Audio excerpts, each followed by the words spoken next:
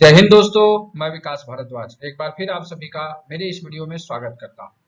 आज की इस वीडियो में हम लोग आज के दिन हुए exam RPF rule 72 head constable के पेपर का डिस्कशन करेंगे और देखेंगे क्या कुछ सवाल उसमें आए थे। सवालों की प्रकृति और लोगों से बात करने के बाद जिन्होंने एग्जाम दिया है, यह पूरी तरीके से समझ में आ गया कि पेपर आसान था और मॉडरेट था। मतलब बहुत सारे आसान सवाल थे, आसान सवालों की संख्या ज्यादा थी, लेकिन कुछ ऐसे सवाल जो ट्रिकी थे जिसमें आदमी फंस सकते थे। तो वीडियो में कुछ सवालों को लिया गया है जो स्मृति आधारित मेरे पास आया है।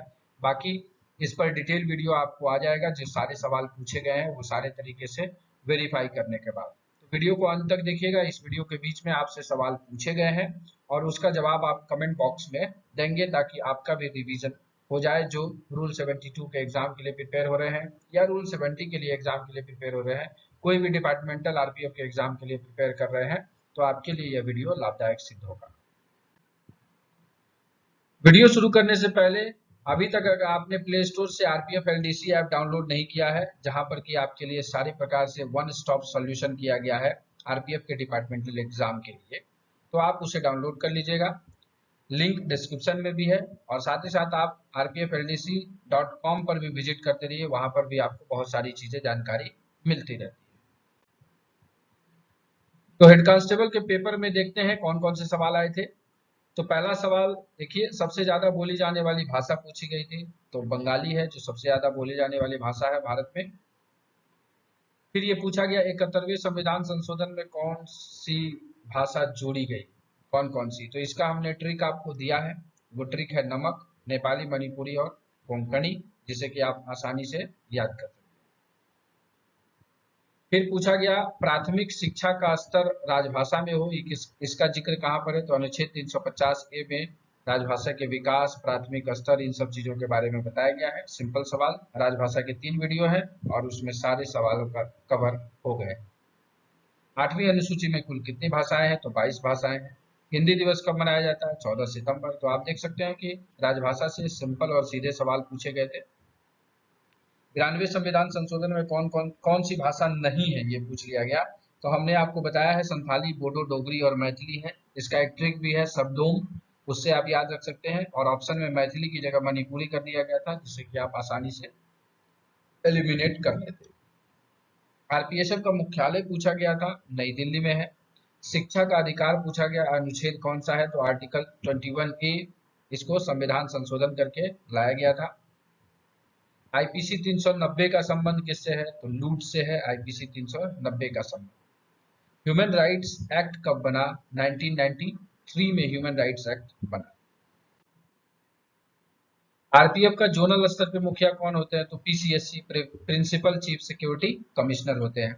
विश्व की सबसे ऊंची पुल किस नदी पर है, तो चिनाब नदी पर बनाया गया है जम्मू कश्मीर में, जो काफी चर्चा में है। उसमें बहुत सारे रील, बहुत सारे वीडियोस बनाए गए हैं, तो ये चर्चित चीज है जिसे आपके एग्जाम में पूछा गया है। तो इससे आप ये अंदाज लगा सकते हैं कि आपको आने वाले आरपीएफ, एसआई, एलडीसी में किस प्रकार के जीके पूछे जाएंगे। जंक्शन बॉक्स का संबंध जो है रेल के किस विभाग से है। रेल में मल्टीपल डिपार्टमेंट्स काम करते हैं, तो सिग्नल एंड टेलीकॉम डिपार्टमेंट्स के से संबंधित है जंक्शन बॉक्स। माउंट एवरेस्ट किस देश में है, ट्रिकी सवाल पूछा गया। हम अक्सर भारत ये चर्चा करते हैं, लोग माउंट एवरेस्ट पे चढ़े, माउंट एवरेस्ट पे, लेकिन एक्चुअली में माउंट एवरेस्ट जो है वो नेपाल में है। रेल कोच फैक्ट्री कहाँ स्थित है, कपूरथला में। आरडीएसओ का पूर्ण रूप क्या है, ये मैं नहीं बताऊंगा, आप कमेंट करके बताएंगे आरडीएसओ का फुल फॉर्म क्या है। भारतीय संविधान में कितने प्रकार के आपातकाल का जिक्र है, तो 3 प्रकार के आपातकाल का जिक्र किया गया है। कौन कौन सा, राष्ट्रीय आपात, राष्ट्रपति शासन और वित्तीय आपात। आरसीटी का क्या पूर्ण रूप है, इसे आप कमेंट करके बताएंगे। एपीएआर का पूर्ण रूप क्या है, तो एनुअल परफॉर्मेंस असेसमेंट रिपोर्ट। आप कमेंट करके बताएंगे एपीआर का जिक्र जो है आरपीएफ के किस नियम में किया गया है, किस रूल में किया गया है। आरटीआई एक्ट कब लागू हुआ, कमेंट करके बताइए, इंपॉर्टेंट है। सुरक्षा नियंत्रण कक्ष के बारे में कहाँ बताया गया है, तो आरपीएफ रूल 20 में इसके बारे में बताया गया है। बालासोर कहाँ स्थित है, बालासोर चर्चा में है क्योंकि बालासोर में रेल दुर्घटना हुई थी, इसलिए उसे पूछा गया, उड़ीसा में है। आगे जो सवाल पूछे गए वो है संस्कृत व्याकरण किसने लिखी, पाणिनि ने लिखा। एमजीआर का पूर्ण रूप, मिसिंग गुड्स रिपोर्ट। सीएफएसएल का पूर्ण रूप पूछा गया, सेंट्रल फॉरेंसिक साइंस लेबोरेटरी, जहां पर कि हम अगर 143 के केस करते हैं तो फॉरेंसिक लेबोरेटरी में भेजा जाता है, कंप्यूटर्स जो भी डेटा है उनको निकालने के लिए। अगर और भी किसी प्रकार के जो केसेस होते हैं, ब्लड की रिपोर्ट्स, फलना ढिकना, जो भी फॉरेंसिक जिनको आवश्यकता है उसको CFSL में भेजा जाता है। परिनिंदा दंड है तो छोटे दंड है। IED का फुल फॉर्म क्या है, कमेंट करके बताइएगा। NDPS का फुल फॉर्म पूछा गया, वेरी इजी, और इसे भी आप कमेंट करके बताएंगे ताकि मैं देख पाऊंगा कि कहाँ तक आप लोग इस वीडियो को सीरियसली देख रहे हैं। DRS कार्ड क्या है, इसका फुल फॉर्म बताने के लिए कहा गया। रेल का राष्ट्रीयकरण कब हुआ, तो 1951 में हुआ। 1905 में रेलवे बोर्ड का गठन हुआ था। पार्शियल डिलीवरी के बारे में कहाँ बताया गया है, 82 रेलवे एक्ट में बताया गया है। नए संसद भवन निर्माण के प्रोजेक्ट का नाम क्या है, तो सेंट्रल विस्टा उसका नाम है। ये भी चर्चा में है क्योंकि नया संसद भवन का उद्घाटन अभी हाल ही में प्रधानमंत्री मोदी जी ने किया था। चिल्का झील कहाँ स्थित है, तो ये उड़ीसा में स्थित है।